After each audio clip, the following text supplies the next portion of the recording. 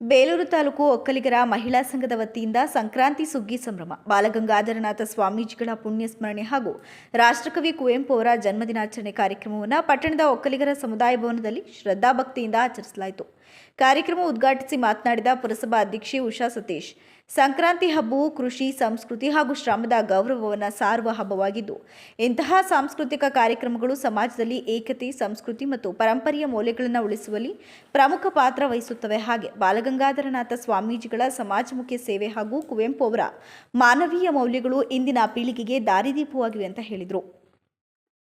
ಒಕ್ಕಲಿಗರ ಮಹಿಳಾ ಸಂಘವು ಸಮಾಜದ ಸಬಲೀಕರಣ, ಸಂಸ್ಕೃತಿ ರಕ್ಷಣೆ ಹಾಗೂ ಮಹಿಳೆಯರ ಏಳ್ಗೆಗೆ ನಿರಂತರವಾಗಿ ಶ್ರಮಿಸುತ್ತಿದೆ ಅಂತ ಹೇಳಿದರು. ಇಂತಹ ಸಾಂಸ್ಕೃತಿಕ ಮತ್ತು ಸಾಮಾಜಿಕ ಕಾರ್ಯಕ್ರಮಗಳು ಸಮಾಜದ ಒಗ್ಗಟ್ಟನ್ನು ಬಲಪಡಿಸುತ್ತವೆ. ನಮ್ಮ ಪರಂಪರೆ ಹಾಗೂ ಮೌಲ್ಯಗಳನ್ನು ಮುಂದಿನ ಪೀಳಿಗೆಗೆ ತಲುಪಿಸುವ ಜವಾಬ್ದಾರಿ ನಮ್ಮದಾಗಿದೆ ಅಂತ ಕಾರ್ಯಕ್ರಮದಲ್ಲಿ ಒಕ್ಕಲಿಗರ ಸಂಘದ ಅಧ್ಯಕ್ಷೆ ಭಾರತಿ ಗೌಡ ಹೇಳಿದರು.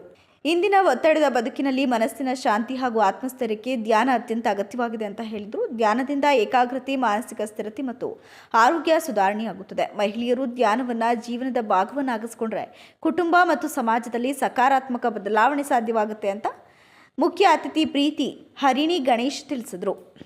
ಈ ಸಂದರ್ಭದಲ್ಲಿ ಗೌರವಾಧ್ಯಕ್ಷೆ ಶ್ರೀದೇವಿ ಮೊಗಪ್ಪಗೌಡ, ಹರಿಣಿ ಗಣೇಶ್, ಉಪಾಧ್ಯಕ್ಷೆ ಮುದ್ದಮ್ಮ, ಕಾರ್ಯದರ್ಶಿ ಕವಿತಾ, ಮಹೇಶ್, ಖಜಾಂಜಿ ಉಷಾ ಇತರರು ಹಾಜರಿದ್ದರು. ಬಾಲಗಂಧರ ಸ್ವಾಮೀಜಿ ಅವರಿಗೆ ನಮಸ್ಕರಿಸುತ್ತಾ, ವೇದಿಕೆ ಮೇಲಿರುವ ಎಲ್ಲ ಗಣ್ಯರಿಗೂ ಹಾಗೂ ಇವತ್ತೇನು ಅದ್ದೂರಿಯಾಗಿ 3 ಕಾರ್ಯಕ್ರಮವನ್ನು ಆಯೋಜಿಸಿದ್ದಾರೆ. ಮೊದಲಿಗೆ ಕುವೆಂಪು ಅವರ ಜನ್ಮದಿನಾಚರಣೆ ಹಾಗೂ ನೂತನ ವರ್ಷ ಆರಂಭ, ಜೊತೆಗೆ ಸಂಕ್ರಾಂತಿ ಹಬ್ಬದ ಅಡ್ವಾನ್ಸ್ ವಿಶಸ್. ಮೊದಲಿಗೆ ಕುವೆಂಪು ಅವರವರು ಎಲ್ಲಾದರೂ ಇರು, ಎಂತಾದರಿರು, ಎಂದೆಂದಿಗೂ ನೀ ಕನ್ನಡವಾಗಿರು ಎಂಬ ಅವರ ಮಾತು ಇಂದಿಗೂ ಸಹ ನಮ್ಮೆಲ್ಲರ ಜೀವನದಲ್ಲಿ ದಾರಿದೀಪವಾಗಿದೆ.